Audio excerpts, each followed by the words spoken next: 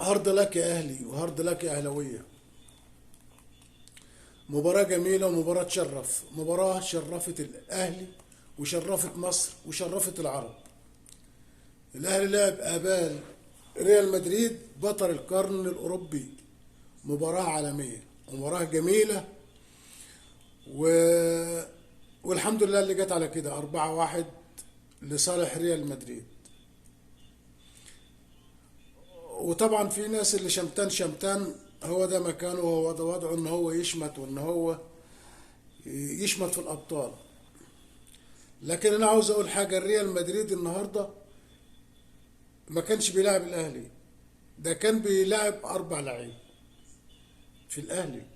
كان بيلاعب محمد الشناوي، كان بيلاعب محمد عبد المنعم، كان بيلاعب محمد هاني، كان بيلاعب حسين الشحات، وبقيه اللعيبه خارج الخدمه.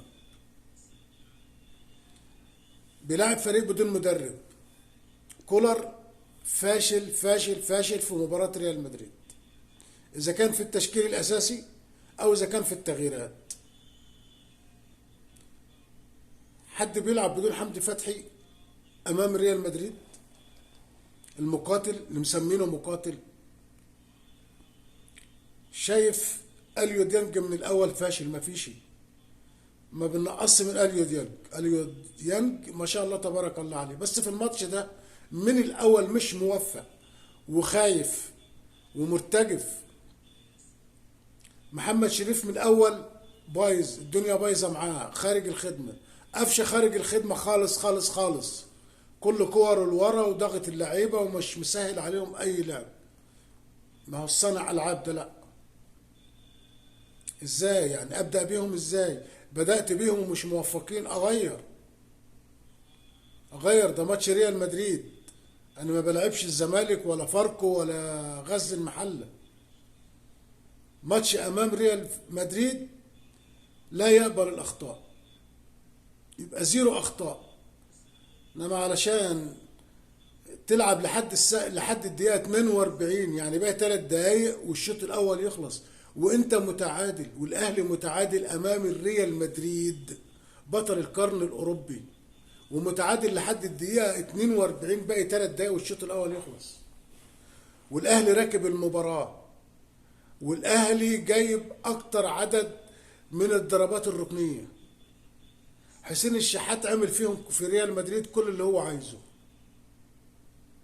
وتيجي غلطه من اليو ديانج، محمد عبد المنعم اداله بالهيد يرجعها ورا لمحمود متولي، يغلط محمود متولي وما احناش عارفين هو عاوز يشوط ولا عاوز يعمل ايه في الكوره ولا عاوز يشتت، وياخدها منه اللاعب بتاع الريال ويروح ينفرد ويحط جول.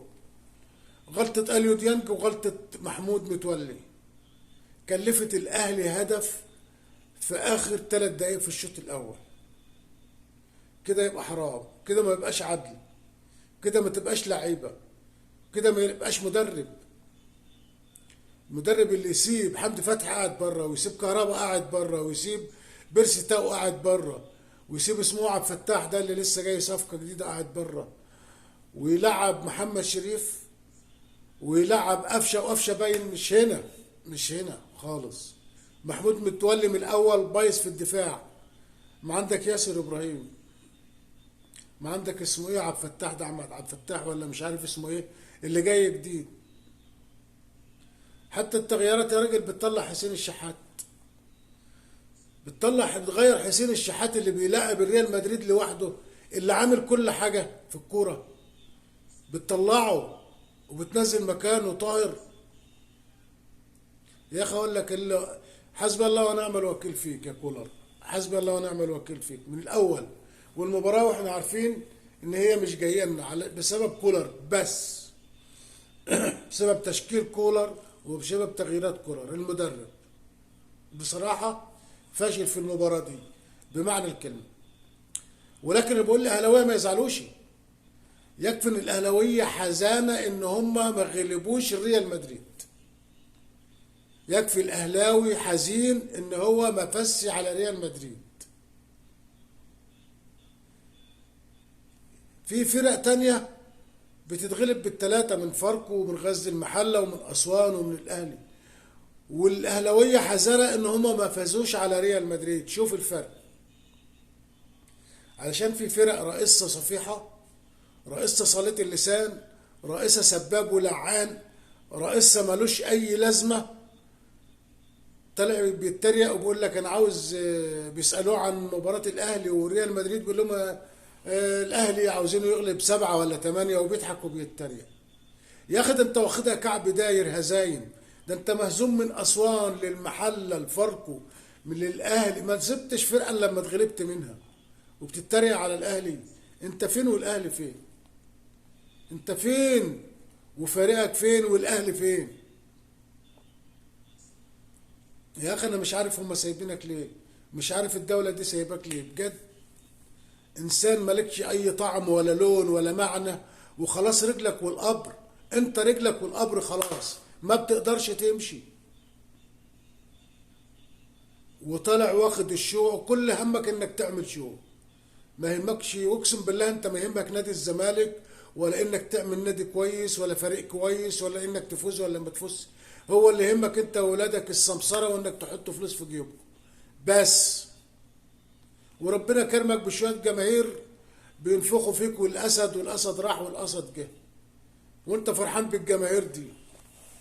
انت فرحان بالجماهير بتاعتك ان هي على قد اسنانك وان هي مش في دماغها اللي انت بتعمله خالص.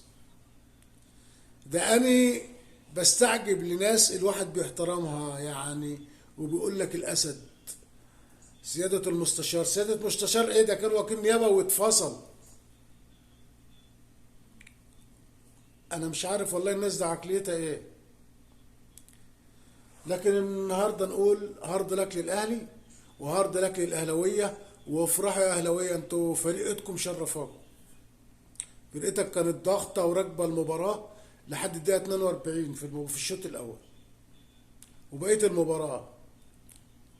بس المشكله بقى ان كان في لاعيبه خارج الخدمه وخايفين وهايبين، والمدرب مش قاري المباراه. المدرب نفسه خايف اكتر من اللعيبه اللي جوه، مدرب الاهلي. انت عندك اكتر منهم ضربات ركنيه. الاهلي عنده ضربات ركنيه اكتر من ريال مدريد. الاهلي ضاغط. الاهلي الشوط الاول كان كل ريال مدريد قدام جونه. الاهلي عمل مباراه تشرف اي حد، وكل الناس بتفتخر، مصريين وعرب بيفتخروا بمباراه الاهلي. فاحنا مش عاوزين زملكاويه يضغطوا عليكم ولا يحفلوا على الاهلاويه.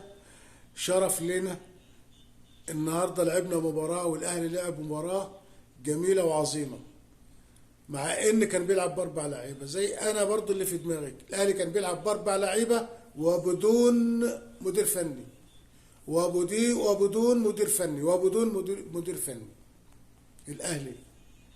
والف مبروك للاهلي الاهلاويه، وما تخلوش حد يشمت ولا حد يضغط عليكم. مش هيشمت فيكم الا اللي مغلوب من اسوان ومن المحله ومن فاركو ومن اهلي، والدنيا فاشله معاه والدنيا بايظه معاه، وهو ده اللي ممكن يحفل عليكم. انما المحترمين منهم على الراس من فوق. ومليون مبروك للاهلي والاهلاويه. 4-1 كفايه، حلو مش وحش. انت بتلعب الريال مدريد، ولو لعبت الماتش تعادل 30 مره برضه ممكن تتغلب نفس النتيجه. ولكن الحمد لله، وان شاء الله نتمنى الاهلي في التوفيق في المباراه الجايه بعد يومين على الثالث والرابع، وان شاء الله يكون الثالث المركز اللي هو بيحبه ومستديم عليه. ودمتم في خير.